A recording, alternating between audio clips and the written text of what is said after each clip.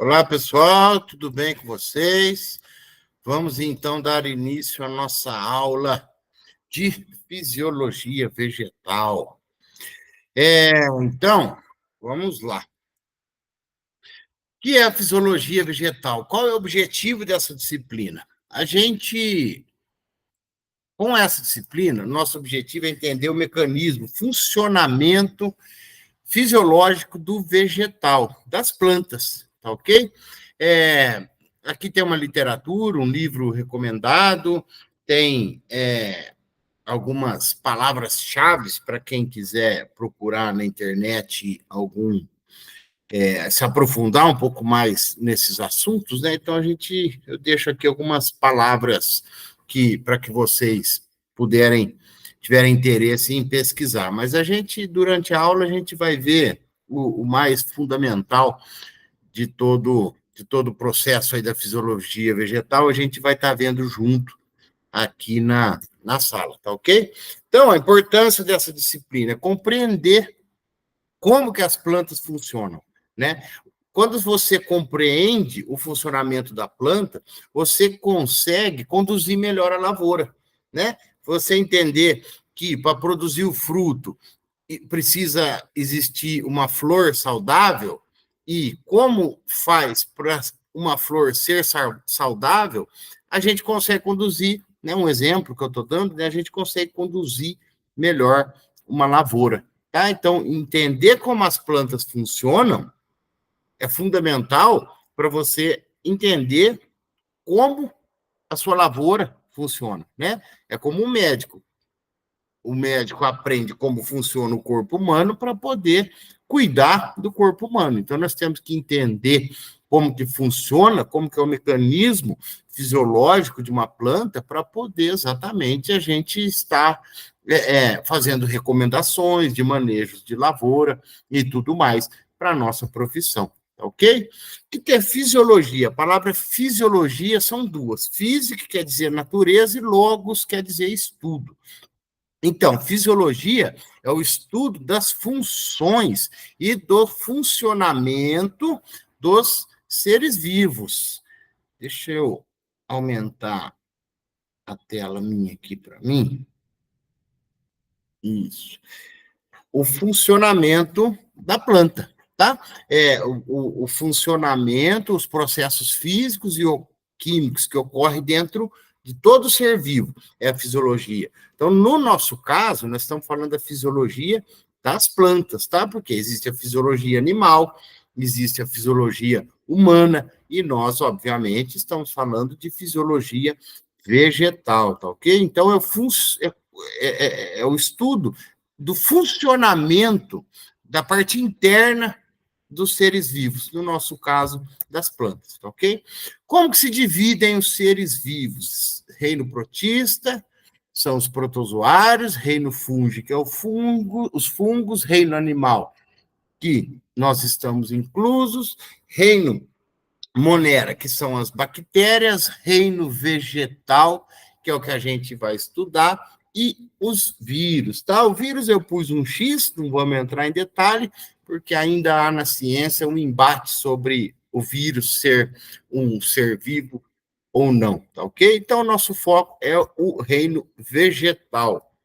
E, dentro do reino vegetal, ele é separado em 4 grupos: as briófitas, as pteridófitas, as gimnospermas e as angiospermas. Vamos ver o que é cada uma delas? As briófitas são aquelas plantinhas pequenas, que é encontrada naquelas áreas úmidas, que é encontrado quem gosta de andar na natureza, próximo a cachoeiras, tem aquelas pedras que ficam verdes. Aquilo lá são musgos. Tá? Os musgos pertencem ao reino das briófitas. O que elas têm de curioso? Elas não têm vasos condutores, ou seja, ela não tem aqueles vasos como se fossem as veias, né? O xilema e o floema, elas não têm. Então, o transporte de água e nutriente das briófitas ocorre célula a célula. Então, as plantas não crescem. Por isso, como ela não tem um feixe vascular, não tem um vaso condutor, elas não crescem. porque o transporte é célula a célula. Dessa maneira, se elas crescerem, elas não sobrevivem, tá? Outra característica das briófitas é o quê? Que elas não têm sementes, não têm flores e frutos.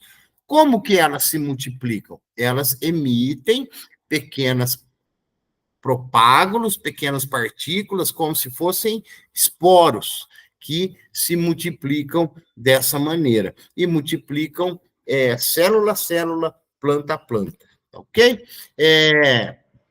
Tá aqui outras características, né, outras imagens das briófitas, né, que elas ficam em locais úmidos, portanto, elas precisam de muita água para se reproduzir, tá? Então, aqui nessa imagem, a gente consegue ver aqui, ó, os esporos sendo liberados pelas cápsulas das briófitas, tá? Mas, obviamente, a gente não vai tomar muito tempo nisso, porque não é o tipo de vegetal que nos interessa, que nós vamos cultivar comercialmente, tá?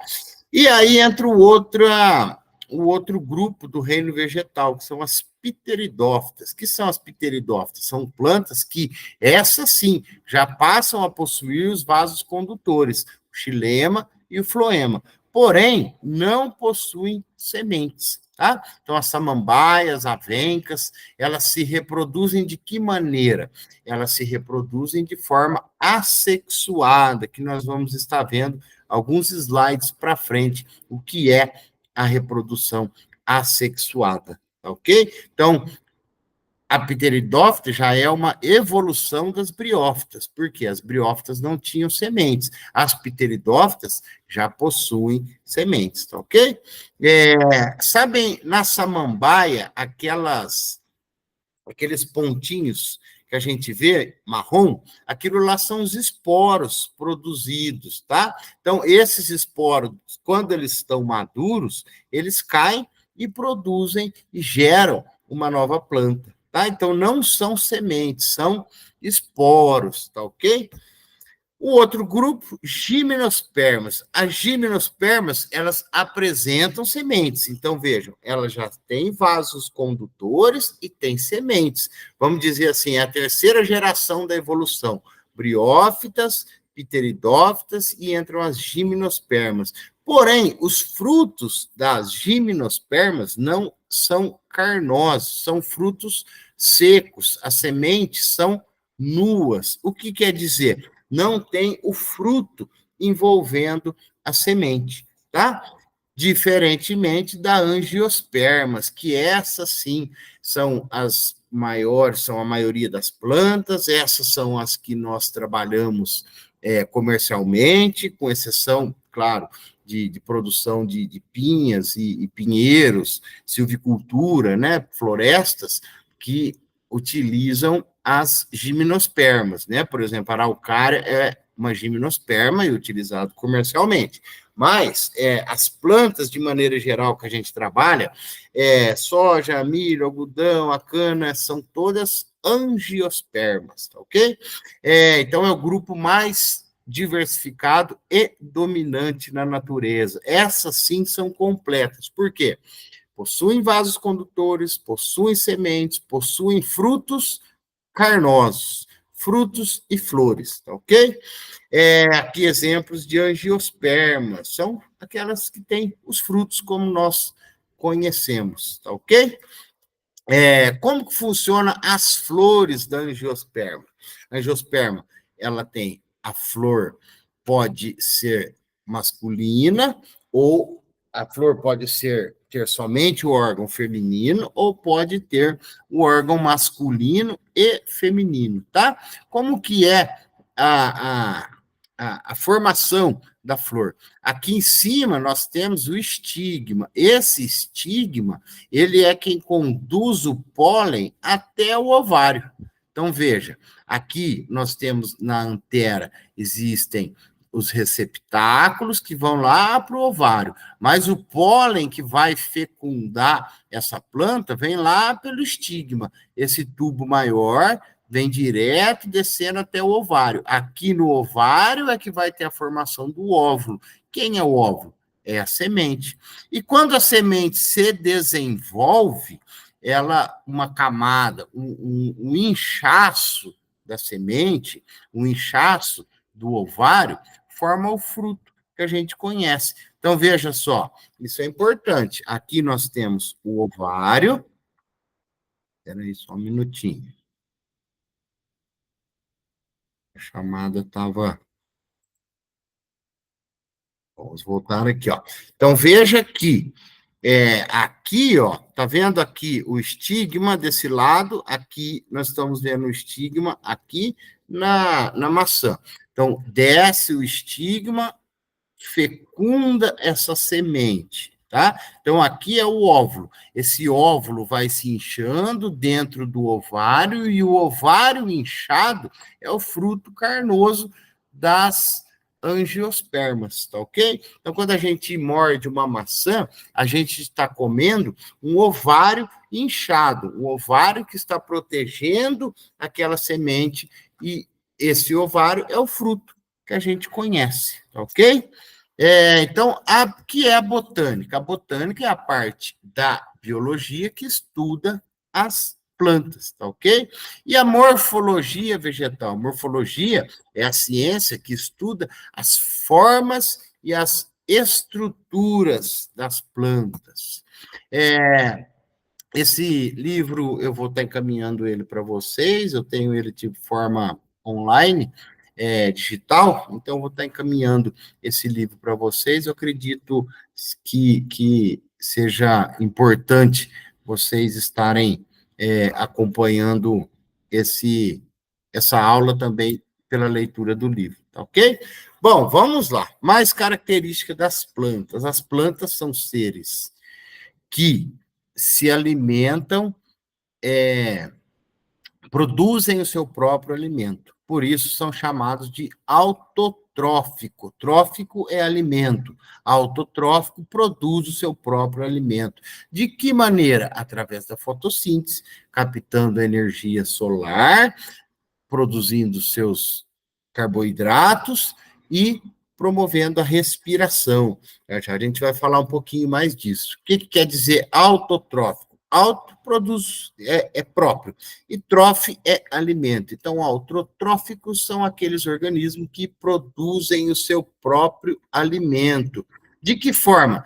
Tirando o dióxido de carbono, CO2, da natureza, e fazendo disso a sua fonte de energia, tá? São produtores de cadeia alimentícia, ou seja, a base da alimentação da natureza são as plantas, tá? As angiospermas, isso é importante, tá, pessoal? Vocês estarem compreendendo. As angiospermas se dividem em dois grandes grupos: monocotiledôneas e dicotiledôneas. Atualmente, é chamado de eudicotiledôneas, tá? Vocês vão ver aqui nos meus slides que está dicotiledôneas. Tá certo também, mas houve há pouco tempo uma alteração, então as dicotiledôneas passaram a se chamar eudicotiledôneas, tá? Mas a gente, aqui nos meus slides, vocês sempre vão estar vendo aí como dicotiledôneas, tá? Quais as diferenças da dicotiledônea e da monocotiledônea? Começa primeiro na semente, é a maneira mais... A semente e a folha, a maneira mais simples da gente diferenciar uma dicotiledônea de uma monocotiledônea. Por que isso é importante? Porque o funcionamento dessas plantas são diferentes. No sentido, por exemplo, quando a gente quer fazer um controle de uma planta daninha, um herbicida da dicotiledônea é diferente do herbicida da monocotiledônea. O mecanismo de absorção de água, o mecanismo de aproveitamento do CO2 é diferente da monocotiledônea da dicotiledônea, tá?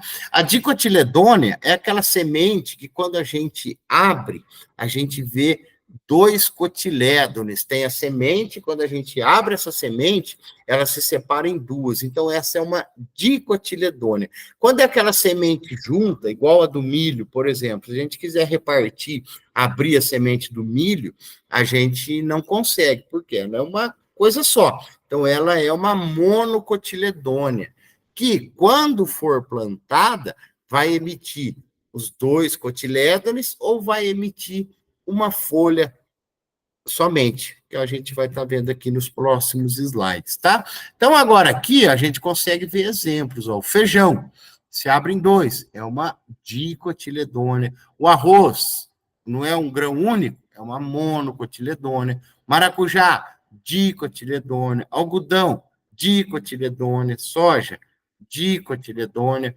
Milho, monocotiledônea. Então, essa é a principal e primeira característica de que diferencia uma monocotiledônea de uma dicotiledônea, é exatamente os 2 cotilédones que se abrem da semente, tá ok? E quando elas germinam, a gente vê claramente essa diferença. Veja aqui, a monocotiledônea são as gramíneas de folha estreita. Então, ela nasce uma folha. A germinação da monocotiledônea é uma folha única. A germinação da dicotiledônea se assemelham com folhas, isso, mas isso não são folhas, isso são os cotilédones da semente. Nasceu a parte de baixo da semente, que é a raiz, formou o caule, empurrou os cotilédones para fora. Veja aqui um cotilédone e outro cotilédone. Então, aquela semente, ela se abriu no meio, tá? Então, esse aqui é a germinação típica de uma dicotiledônea. Ok? Outra característica da mono e dicotiledônea são as raízes. Raízes de monocotiledônea são aquelas fasciculadas ou em cabeleira, que a gente chama. E as raízes da dicotiledônea são raízes pivotantes, são raízes axial, que é aquela única raiz que cresce em profundidade. Veja da esquerda como ela tem um formato que a gente chama de fasciculada ou cabeleira, e a da direita, que é a dicotiledônea, tem aquela raiz pivotante, raiz central. Tá? Aqui a gente vê claramente aqui nessa foto. Ó, aqui está ao contrário aqui. A esquerda é dicotiledônea e a direita é a monocotiledônea, tá ok? Aqui está escrito o contrário embaixo desses slides. Outra característica entre as mono e dicotiledôneas é as folhas, né? São com nervuras paralelas quando é a monocotiledônea. E nervuras reticuladas, né? Toda trançada em forma de rede, são as dicotiledôneas, tá? Então, as gramíneas, aquelas folhas estreitas, retilíneas, são monocotiledôneas. Aquelas folhas redondas, toda cheia daqueles retículos, são folhas de dicotiledôneas. Então, veja aqui, ó, isso aqui, essa é uma dicotiledônea, monocotiledônea, dicotiledônea, monocotiledônea, dicotiledônea, monocotiledônea. Ok, pessoal? Então, vamos lá. Outra característica que diferencia as monos e as dicotiledôneas. As monocotiledôneas, as flores são em grupos de 3, ou seja, múltiplos de 3, 3, 6, 9 folhas, tá? Flores. Aqui é mais difícil da gente classificar dessa maneira, porque precisa ter a flor, né? No campo, na planta, para a gente poder identificar. Então, não é uma maneira que toda vez que você vê a planta, você vai conseguir identificar, porque nem sempre estarão disponíveis a folha, né? Nem sempre estará presente a folha para a gente estudar qual, se é uma mono ou se é uma dicotiledônia. Mas as monocotiledôneas são múltiplos de 3, as dicotiledôneas são múltiplos de 2, 4 e 5, ou seja, 2, 4, 6, ou 4, 8, 12, ou 5, 10, 15, tá? Então, essas são outras características de uma planta e outra. Ok, pessoal? Vamos seguindo, então. Vamos falar um pouquinho agora da flor. A flor... agora vocês vão passar a ver de uma maneira diferente, mas a flor é o órgão reprodutivo da planta.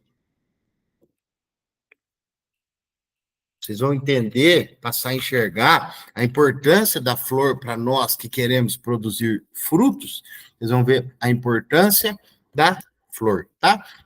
Então, como que é a flor? A flor é formada. A flor é estrutura reprodutora. É na flor que tem o ovário, é na flor que tem o útero, o útero não, o óvulo e o ovário na flor que estão presentes, tá ok? Então, esse aqui é o gineceu, que é por onde o pólen vai entrar e ter acesso ao ovário, e é onde vão estar os óvulos, que os óvulos são as sementes, tá? E a semente carnuda vai formar os frutos a partir desse óvulo, tá ok? Flor e semente. A flor é quem contém a semente, tá? A semente está na flor. Então, para as plantas, as sementes representam o embrião, tá? Que irá germinar e formar uma nova planta, tá? Então, a flor produz a semente. De que forma? Através do cruzamento, da reprodução sexuada, ou seja, quando a gente fala reprodução sexuada, é que teve um cruzamento de uma planta, de uma parte masculina, o pólen, uma parte feminina, no gineceu, tá? Então, dentro da flor que tem a produção do óvulo, que é, para nós, a semente, tá? Que pode ser o grão de soja, por exemplo, é a semente, ou a semente propriamente dita, tá ok, pessoal? Como que as plantas se reproduzem? As plantas se reproduzem de duas maneiras, sexuadamente ou assexuadamente. Vamos ver como que é cada uma delas? Quando a gente fala de reprodução assexuada ou reprodução vegetativa, é aqueles que não é através de semente, é aquela reprodução que é de uma parte da planta, tá ok? Por exemplo, aqui na foto, ó, tá vendo que essa batata está emitindo brotos? Então, essa reprodução é assexuada. Por quê? Porque não é através de semente. Tá vendo o moranguinho se dispersando nos vasos ao lado? É uma reprodução assexuada. Por quê? Porque não teve semente. Foi uma própria parte da planta que gerou o outro. E aqui na última foto, a nossa conhecida cana-de-açúcar, que também se propaga, nós vimos na disciplina de cana, no curso de cana, que a cana também tem semente, mas a gente não planta semente. A gente planta um propago, planta uma parte da cana. Então, por isso que é dito propagação vegetativa, ou seja, que não é feito através de sementes, tá ok? Ao passo que a reprodução sexuada, essa sim, envolve o cruzamento da parte feminina com a parte masculina, tá ok? Então, aí, com o cruzamento dos órgãos reprodutivos masculino e feminino, formam-se sementes, aí sim nós temos a reprodução sexuada, tá? Então, lembre sempre disso, reprodução sexuada é via semente, reprodução assexuada é via alguma parte da planta que gera filhos idênticos àquela planta que você usou aquele pedaço, tá ok? Então, veja aqui, nas flores que possuem os dois sexos, veja que esse aqui é o pólen, a antera, E aqui o estigma é a parte feminina, o pólen, a antera, é a parte masculina, tá? Então, aqui a parte masculina vai entrar através do estigma e vai fecundar o óvulo lá no fundo da flor, tá ok? Que é onde vai nascer a semente, tá? Quando a gente fala de reprodução sexuada, aquela que precisa ter o macho com a fêmea, ela pode ser de duas maneiras: autopolinização, ou seja, a própria planta se fecunda, a própria parte masculina da planta fecunda a parte feminina, e pode ser polinização cruzada, que o que é?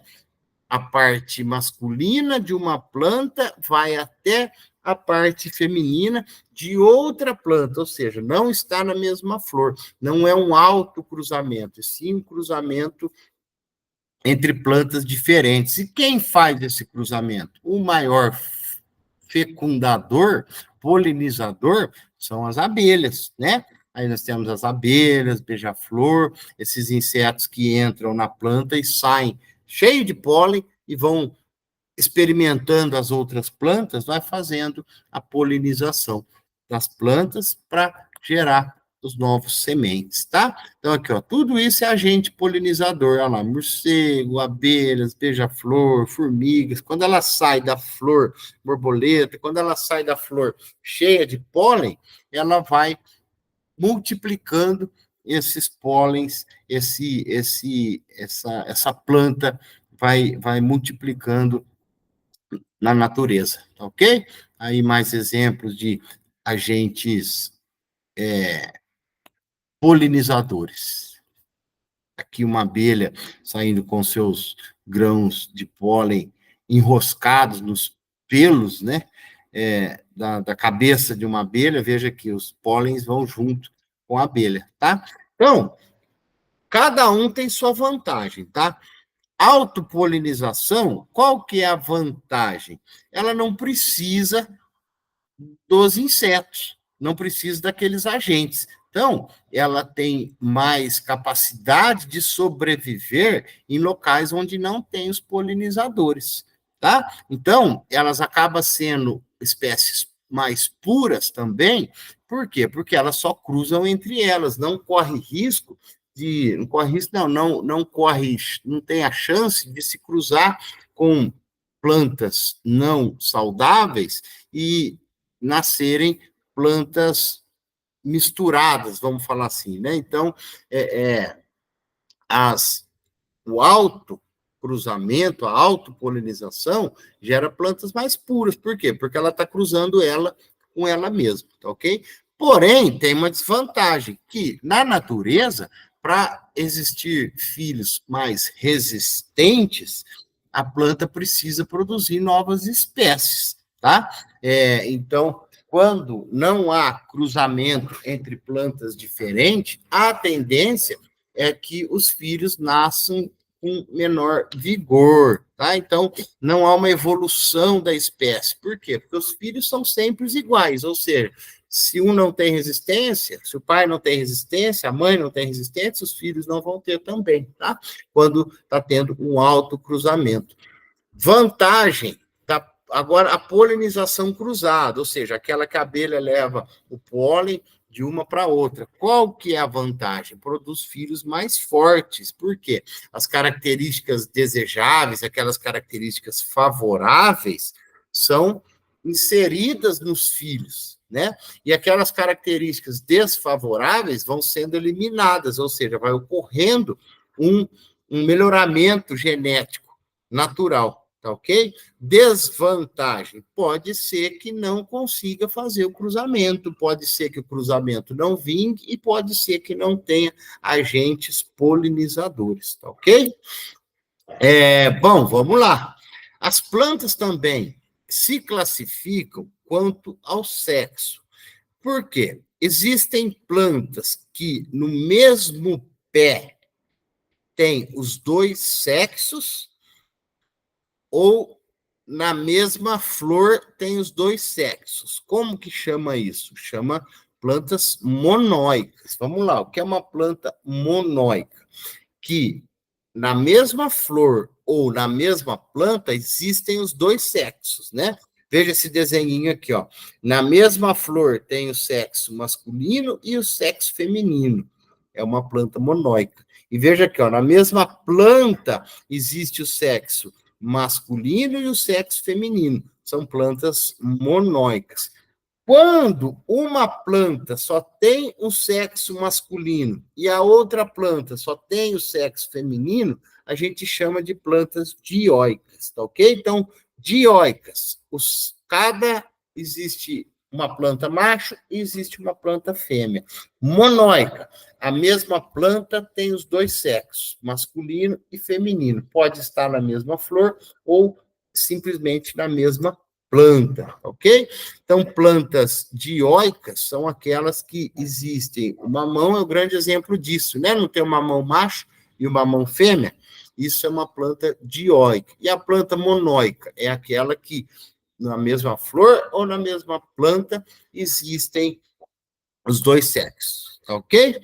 Então, aqui a gente já falou que é a autopolinização, né? Da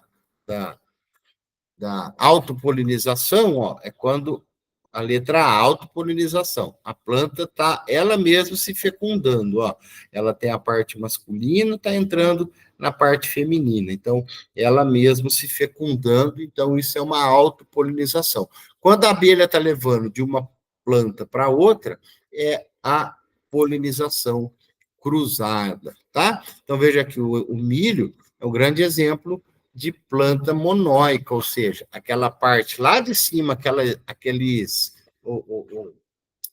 lá em cima, as penugens lá em cima, é que me fugiu o pendão lá em cima do milho, ele é a parte masculina, e a espiga é a parte feminina, tá? Então, aqueles cabelinhos que tem na espiga do milho é o gineceu, é aquela parte feminina, aonde o pólen entra e vai formar um grão lá dentro, tá? Então, o milho é uma planta monóica, tem os dois sexos na mesma planta, tá?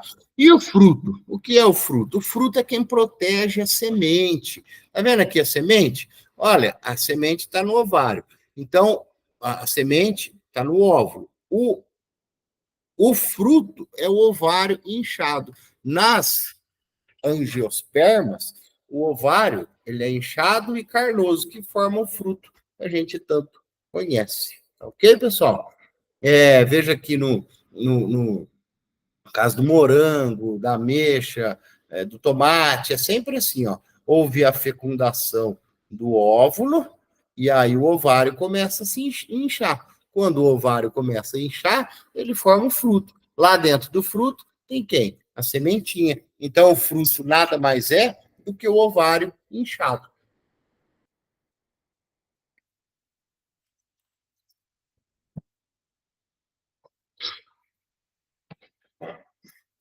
Então, quais partes que compõem o fruto? A casca a gente chama de epicarpo, essa parte carnosa dentro é o mesocarpo, e a que reveste a semente, o endocarpo. Tá? Quais frutos que tem? Frutos simples, ou seja, uma flor produz um fruto, frutos agregados, ou seja, cada flor produz vários frutos, e os frutos múltiplos, que são várias flores que estão juntas formando vários frutos. Vamos ver os exemplos aqui, ó. Fruto simples, ou seja, uma flor, um fruto. Dentro dos frutos simples, podem ser secos, deiscentes que se abrem e indeiscentes que não se abrem. Os frutos agregados são aqueles que são vários óvulos numa mesma flor, ok? O moranguinho é um exemplo disso. É uma flor com vários óvulos. Então, cada óvulo forma um moranguinho, tá? E frutos múltiplos são aqueles que várias flores estão juntas. Então, no abacaxi, cada quadradinho desse aqui é uma florzinha, tá? São flores que se formam frutos e esses frutos estão unidos um ao outro, tá? Então, o abacaxi, ele é uma infrutescência, ou seja, são vários frutos unidos. Cada quadradinho desse aqui é um fruto, tá? Aqui tem uma perguntinha. Abacaxi tem semente? O abacaxi que a gente come, não. Mas o abacaxi silvestre, lá na natureza, esse sim, o abacaxi do melhoramento genético, esse tem semente sim, tá? É a mesma coisa que a banana. Aqui, ó, os pontinhos pretos nas sementes, na banana são sementes? Não, são os óvulos fecundados, tá? E os óvulos inchados vão conter as sementes. A banana rústica na natureza, essa sim tem sementes verdadeiras. Mas essa banana que a gente come em casa, que a gente compra, isso aqui não são sementes, ok? São os óvulos que não fecundaram e estão e formam esses pontinhos pretos, mas então não são sementes, tá ok? Ali dentro era para ter uma semente, mas no caso das bananas que a gente come, elas não produzem sementes. Na natureza, as bananas produzem sementes sim, tá? Elas são a mesma coisa, é um conjunto de semente, a banana, o fruto, banana que a gente come é o fruto, que está revestindo as sementes, tá? Só que a banana que a gente come em casa, o melhoramento genético foi tirando as sementes, porque senão a gente não iria consumir, né? Então, o melhoramento genético eliminou as sementes, mas na natureza, toda planta produz sementes, tá? É que algumas, é o mesmo caso do abacaxi. O abacaxi produz sementes? Sim, mas o abacaxi que a gente compra, não. Por quê? Porque o melhoramento genético foi fazendo a seleção, melhorando, até que não houvesse mais sementes no fruto, tá? O caju é a única exceção, que o fruto está para o lado de fora do... que a semente está para o lado de fora do fruto, tá ok? Então, o abacaxi é a única exceção que a semente nasceu para o lado de fora do fruto, tá? Aqui eu falo uma perguntinha, qual a diferença entre fruto e fruta? Na verdade, para nós é tudo fruto. Vira fruta quando chega na quitanda. Parece brincadeira, mas é isso mesmo. Vira fruta quando chega na quitanda. Para nós, estudando botânica, fisiologia de planta, tudo chama-se fruto, tá ok? E aí, por fim, a semente, né? Então, a gente falou da flor, e na flor nasce a semente. A semente é responsável pela reprodução e dispersão da espécie, tá? Então, a semente se forma lá dentro do óvulo, já com o fruto inchado, com o fruto maduro, fecundado, aí nasce a semente, tá ok?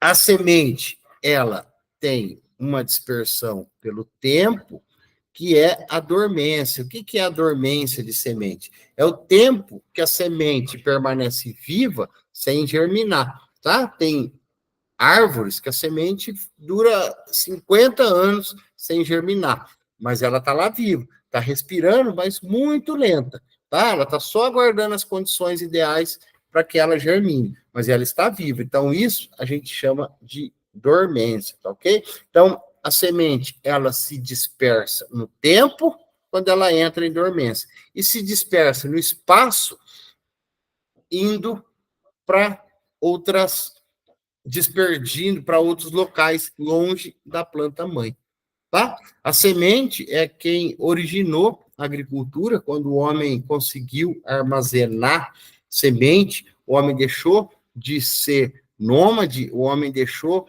de buscar o seu alimento e passou a construir a sua vida em comunidade, a viver em comunidade. Por quê? Ele conseguiu armazenar sementes e ele não precisa mais sair caçando, buscando sementes, tá? Então, a semente, para nós, o que é? Boa parte dos nossos alimentos são sementes, tá? Aqui nessa imagem a gente já vê que nós somos verdadeiros comedores de sementes, né? Em tudo que a gente olha, no pão, no macarrão, no arroz, no feijão, nas castanhas, tudo é semente, tá? Veja que essas barrinhas de cereais, que é semente, aveia, granola, castanha de caju, linhaça, milho, nós somos comedores de sementes, tá? Que está lá na base da pirâmide alimentar, são as sementes que a gente se alimenta, tá? Na alimentação animal também é muito utilizado as sementes, tá? Se essas sementes for de planta daninha, ela passa a ser nossa inimiga, né? Ela é nossa amiga quando é alimento, quando é de planta daninha, ela passa a ser uma inimiga, tá? Monocotiledônea, dicotiledônea, nós já falamos lá no começo da aula, né, que são os diferentes tipos de sementes, que já está dito lá no comecinho da aula, só a gente voltar lá, que a gente lembra cada uma delas, tá ok? Nas dicotiledôneas, o interior, né, da semente possui o mesocarpo, que é a reserva nutritiva da planta enquanto ela não tem raiz. Enquanto a planta não emite raiz, ela se alimenta do conteúdo interno da semente, ok? Então, após ela emitir as raízes, a planta começa a se alimentar por si só, deixa de consumir o tecido de reserva da semente e passa a se alimentar através da própria raiz, tá ok? Então, isso aqui, na verdade, não são folhas, isso aqui é o dicotilédone, isso aqui é aquela metadinha da semente que nós vimos da dicotiledônia, olha aqui em cima sim é uma folha, mas aqui embaixo são os cotilédones, aqui que está visível, aqui é um cotilédone, de lá é o outro cotilédone, dicotiledônia, tá? E as monocotiledôneas não apresenta aquela abertura em duas partes da semente, ela já emite logo uma folha, tá? Então, veja aqui as monocotiledôneas, a semente já emite uma folha logo no início. Diferentemente da dicotiledônea, que ela emite os cotilédones, a monocotiledônea já emite diretamente uma flor, uma folha, tá? Como a gente vê na imagem da esquerda, a monocotiledônea e a dicotiledônea à direita, tá?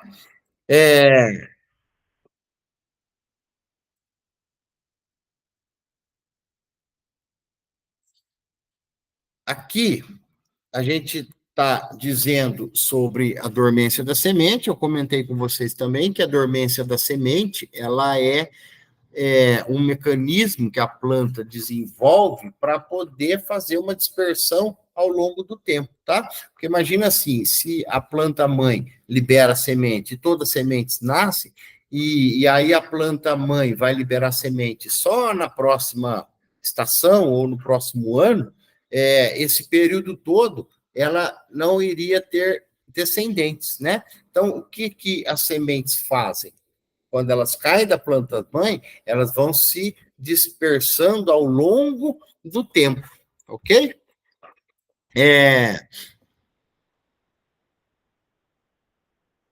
aqui o processo de dispersão das sementes, tá?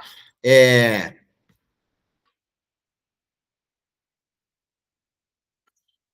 anemocórica, quando a dispersão da semente é feita pelo vento.